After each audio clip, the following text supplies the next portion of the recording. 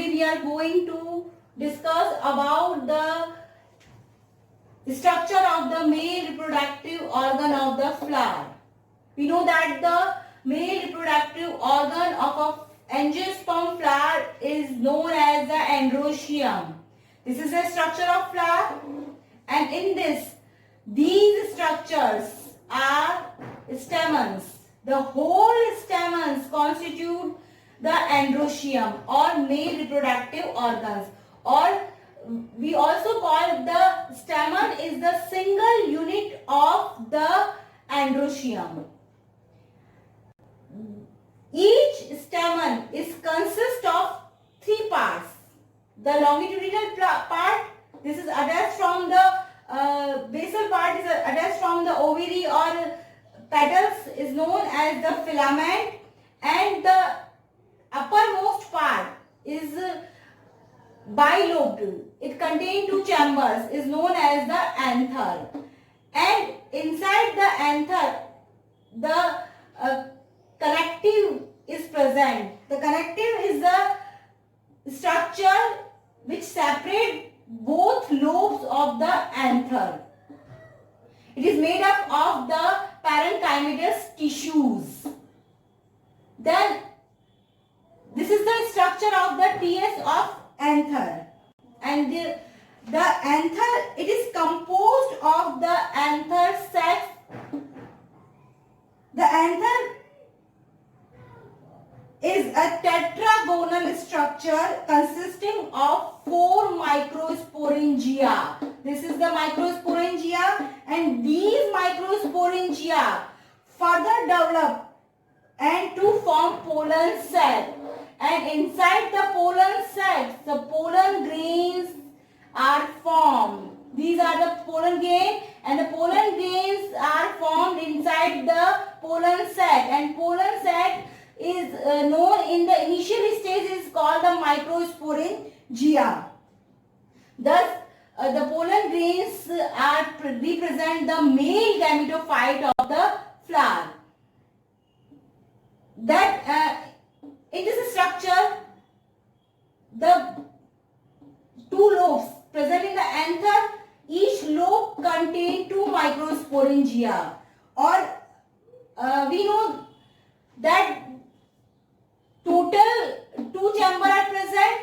Thus, the 4 microsporangia present in a anther. If the anther is unilobule structure, it means a single lobe, such as the family of the Malvaceae. In Malvaceae family, the anther is always the single lobe structure. It contains 2 microsporangia, and generally plants in angiosperms, they contain the 2 lobe or bilobed structure and total 4 microsporangia. Structure of microsporangia. A typical microsporangia appears circular in structure, and it is surrounded by 4 walls. These walls are also known as the anther wall. The outermost wall is known as the epidermis. The epidermis is protective in nature. Then inside the epidermis, the second layer is known as endothecium. The endothecium is a thick walls layer, and it helps in protection and dehiscence of pollen grains. Dehiscence जो होता है, इसका मतलब होता है it means dispersion. मतलब pollen grains जो है उनके dispersion में ये help करती है, because there is some cells of endothecium is hygroscopic in nature, so it helps in the dehiscence or dispersion of the pollen grains. Inside the endothecium, the 1 to 3 layer of middle layer is present. 1 से लेकर 3 तक layers present होती है. It is known as the middle layer, and the middle layer is also protective in nature. It means epidermis, endothecium and middle layer. ये तीनों layers जो होती है, इनका मेन फंक्शन जो है वो प्रोटेक्शन करना होता है. इस माइक्रोस्पोरेंजिया को. Then inside the middle layer there is a tapetum layer is present. Tapetum layer जो होती है, it is the multinuclear because there are many nucleus and dense cytoplasm is present. It is the special characteristics of the tapetum. Tapetum जो होती है ये special type की sales है because यहाँ पर ये बहुत सारे न्यूक्लियस होते हैं इसमें एंड देन साइटोप्लाज्म होता है and the tapetum plays an important role in the development of pollens and it provide nutrition in developing pollen grains. ये जो पोलन ग्रेन्स बनेंगे माइक्रोस्पोरेंजिया जो है उसमें क्या होगा, पोलन ग्रेन्स का फॉर्मेशन होगा. तो ये जो पोलन ग्रेन्स और माइक्रोस्पोर्स जो बनेंगे इनको न्यूट्रिशन प्रोवाइड करने का फंक्शन कौन करेगा, टैपिटम. तो टैपिटम का मेन फंक्शन क्या होगा, it provide nutrition to developing pollen grains. Inside the microsporangia the microspores और pollen grains are produced through microsporogenesis and the microspore represent the male gametophyte. Microsporogenesis.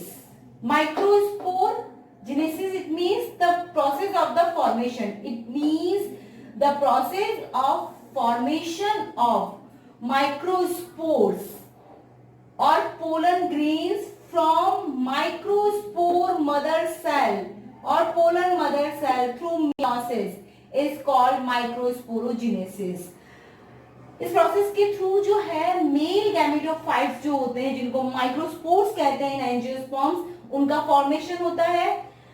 अब हम देखिए तो एंथर्स जो है उसके अंदर ये प्रेजेंट है माइक्रोस्पोरेंजिया और इन माइक्रोस्पोरेंजिया जो है उनमें बनेंगे माइक्रोस्पोर्स. ठीक है, तो एंथर्स में माइक्रोस्पोरेंजिया है और इन माइक्रोस्पोरेंजिया जो होती है उन माइक्रोस्पोर्स बनेंगे. इनिशियल स्टेज पे माइक्रोस्पोरेंजिया जो होती है उनकी सेल्स जो होती है उनमें कंटिन्यूअसली माइटोसिस डिवीजन होगा and to form the microspore mother cell और pollen mother cell. The microspore mother cell और is also known as the pollen mother cell. तो इस तरह से इनमें डिवीजन होंगे और सेल्स बनेंगी. बट इनमें से कुछ सेल्स जो होंगी वो क्या होंगी, it become active, contain dense cytoplasm and large size में हो जाएंगी, जो कि अदर सेल्स से क्या होंगी, एक्टिव और अलग से ही दिखेंगी. तो it cells act as a PMC और pollen mother cell. It means microsporangia है, इसमें प्रेजेंट होंगी कौन सी सेल्स, माइक्रोस्पोर सेल्स और माइक्रोस्पोर्स मदर सेल. वो मदर सेल्स कैसी होंगी, अदर सेल जितनी भी प्रेजेंट है उनसे ये क्या होंगी, अपीयरेंस जो होगा इसका मॉर्फोलॉजिकली डिफरेंट होगी बिकॉज इनके अंदर डेंस साइटोप्लाज्म होगा और प्रोमिनेंट न्यूक्लियस प्रेजेंट होगा and it act as a PMC pollen mother cell और microspore mother cell. And microspore mother cell जो होगी it undergoes meiosis and to form the microspore. तो सबसे पहले जो है इसके अंदर मियोसिस फर्स्ट होगा, देन बनेगा माइक्रोस्पोर डायड. तो पीएमसी में मियोसिस फर्स्ट होगा एंड क्या बनेगा, microspore dyad. And the microspore dyad जो है इट मींस दो सेल्स हो गई यहाँ पे, it undergoes meiosis second and to form microspore tetrad. तो माइक्रोस्पोर टेट्राड बन जाएंगे मियोसिस सेकंड के थ्रू. देखिए ये फ्लो चार्ट बना हुआ है यहाँ पे, इसी के डायग्राम शो कर रखा है. देन माइक्रोस्पोर टेट्राड जो होगा वो further develop into pollen grains. आगे जाकर के ये चारों सेल्स जो होंगी वो अलग हो जाएंगी और पोलन ग्रेन्स बनाएंगी. जब इनिशियल स्टेज पे टेट्राड का फॉर्मेशन होगा तब इनकी सेल्स के बीच में जो है यहाँ पर कैलोज प्रोटीन जो होगा प्रेजेंट होगा और फर्दर आगे जाकर जब ये प्रोटीन जो होगा वो डिसॉल्व हो जाएगा एंड ये रिलीज हो जाएंगी cells and it form the pollen grains. और and the pollen grain or microspore is represent the male gametophyte. तो इस तरह से एंजियोस्पर्म प्लांट्स में माइक्रोस्पोरेंजिया जो है एंथर के अंदर प्रेजेंट है माइक्रोस्पोरेंजिया और उनमें मियोसिस के थ्रू जो होते हैं वो पोलन ग्रेन्स का फॉर्मेशन होता है और पोलन ग्रेन्स जो होते हैं वो रिप्रेजेंट करते हैं इनमें मेल गैमेटोफाइट्स को.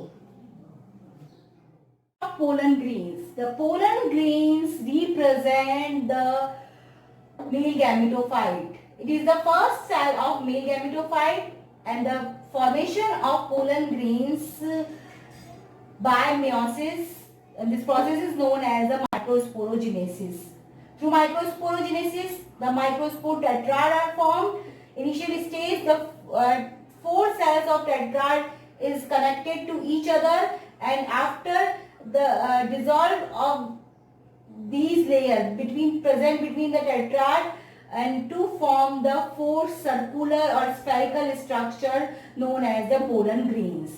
Pollen grains जो होते हैं उसकी अगर स्ट्रक्चर देखें तो it is made up of the 2 layers. इस तरह से कुछ हमें दिखाई देती है इसकी स्ट्रक्चर. आप देख रहे हैं इस तरह से. तो जो आउटर मोस्ट लेयर जो होती है it is known as the exine, and exine is made up of the tough और chemical substance is called the sporopollenin. तो एक्साइन जो लेयर है it is a thick layer होती है और एक बहुत ही टफ जो होती केमिकल से बनी हुई होती है, केमिकल सब्सटेंस है जिसको हम कहते हैं स्पोरोपोलिनिन. बहुत ही इंपॉर्टेंट है, एग्जाम में पूछा जाता है what is sporopollenin, write their function. And sporopollenin जो होता है it protects pollen grain from physical and biological decomposition such as high temperature, high strong acid, strong base, और it cannot be degraded by any enzyme. और ये जो sporopollenin जो होता है ये किसी भी एंजाइम से डिग्रेडेड नहीं होता है. और इसी प्रॉपर्टीज के कारण, बिकॉज स्पोरोपोलिनिन बहुत ही कॉम्प्लेक्स और टफ है जो कि जिसपे ना तो टेम्परेचर का इफेक्ट पड़ रहा है, ना ही लाइट का, ना ही स्ट्रॉन्ग एसिड्स का, ना बेस का. तो इसी प्रॉपर्टीज के कारण जो होता है the pollen grains are preserved for long periods in the form of the fossils. इसको fossils के फॉर्म में हम प्रिजर्व करके रख सकते हैं. अगर हम देखिए तो कहीं कहीं पे एक्साइन लेयर जो होती है एब्सेंट होती है. जहां पर ये एब्सेंट होती है तो it is pore like structure develop known as the germ pore. Germ pore is the place where the pollen tube is emerges. जो पोलन ट्यूब जो होती है वो यहीं से इमर्ज होती है. एक्साइन जो होती है वो लेयर जो होती है ये अलग अलग ऑर्नामेंटल स्ट्रक्चर्स में प्रेजेंट होती है. तो हमें माइक्रोस्कोप में ये कुछ माइक्रोस्कोप में हमें कुछ इस तरह की पोलन ग्रेन्स की स्ट्रक्चर जो होती है दिखाई देती है, बिकॉज ये ऑर्नामेंट्स होते हैं जो कि कहते हैं स्पाइन्स लाइक होते हैं, रेडिकुलेट होते हैं, और इस तरह से ये होती है एक्साइन जो होती है बनी होती है. Then inside the exine the thin membrane is present called intine. It is made up of cellulose and pectin. Inside the intine, dense cytoplasm, prominent nucleus present, and various cell organelles such as mitochondria, Golgi body, endoplasmic reticulum are present in a pollen grain. Then this is the whole structure of the pollen grain. And then दो definition और दे रखी है. First is the palynology. The study of the pollen grain is known as the palynology. And the pollen kit very very important. तो देखो exam में जो question बन सकता है पोलन किट से भी बनता है. पोलन किट क्या होती है? सम प्लांट्स कंटेन ऑयली और sticky surface surround the pollen grains. जो पोलन ग्रेन है उसके बाहर उनको क्या दिखती है? एक ऑयली सरफेस जो होती है दिखती है, और it help in the insects. Insect को ये क्या करती है? अट्रैक्ट करती है.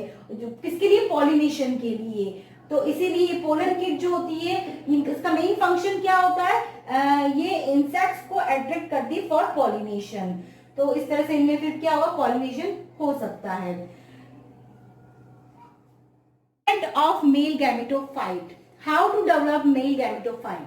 देखिए मेल गैमेटोफाइट कैसे डेवलप होगा. तो this is structure of pollen grain. We have already discussed about the structure of the pollen grain, and the pollen grains जो होंगे आगे undergoes divide into mitosis.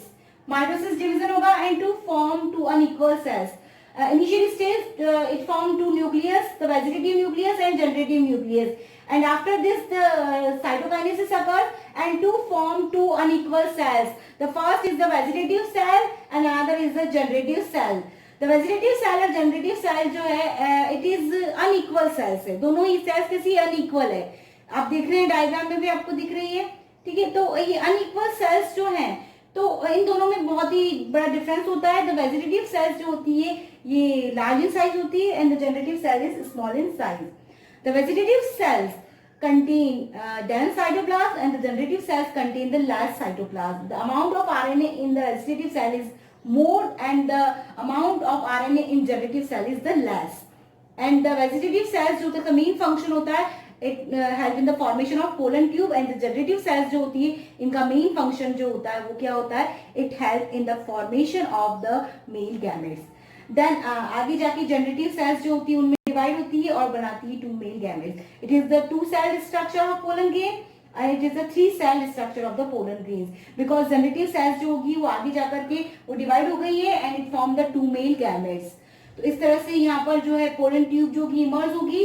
Then pollen tube जो होगी कहाँ से इमर्ज होगी, जर्म पोर से हम पढ़ चुके हैं। The germ pore is the place where pollen tube is emerges and it is present कहाँ पर होती है, वेयर एक्साइन इज एब्सेंट, वहां जब एक्साइन और स्पोरोपोलन एब्सेंट होता है उसी प्लेस को हमने क्या कहा था, जर्म पोर, और वहीं से पोलन ट्यूब जो होती है वो इमर्ज होती है। पोलन ट्यूब जो होती है इट मीन्स जर्म पोर जो होते हैं वो एक ही पोलन ग्रेन में एक से ज्यादा भी हो सकते हैं और एक भी हो सकता है, और जहां पर ये होंगे वहां से क्या होगी, पोलन ट्यूब जो होंगी वो जर्मिनेट होंगी, और पोलन ट्यूब जो बनेंगी तो वहां पे क्या हो जाएगा, ट्यूब का न्यूक्लियस है इट मीन्स वेजिटेटिव सेल्स का, और जो मेल गैमेट्स है वो आ जाएंगी। तो मेल गैमेट्स जो होती है वो क्या होती है, तो मेल गैमेट्स जो होते हैं is the unicellular non motile haploid and uninuclear structure होती है, हैप्लॉइड होती है, एंड द मेल गैमेट्स जो होते हैं ये आगे पार्टिसिपेट करेंगे फर्टिलाइजेशन के प्रोसेस में, जो कि जाके आगे एग सेल से फर्टिलाइज होकर के और आगे डबल फर्टिलाइजेशन का प्रोसेस जो कि एंजियोस्पर्म का एक यूनिक कैरेक्टरिस्टिक्स है उसको जो है वो शो करेंगे।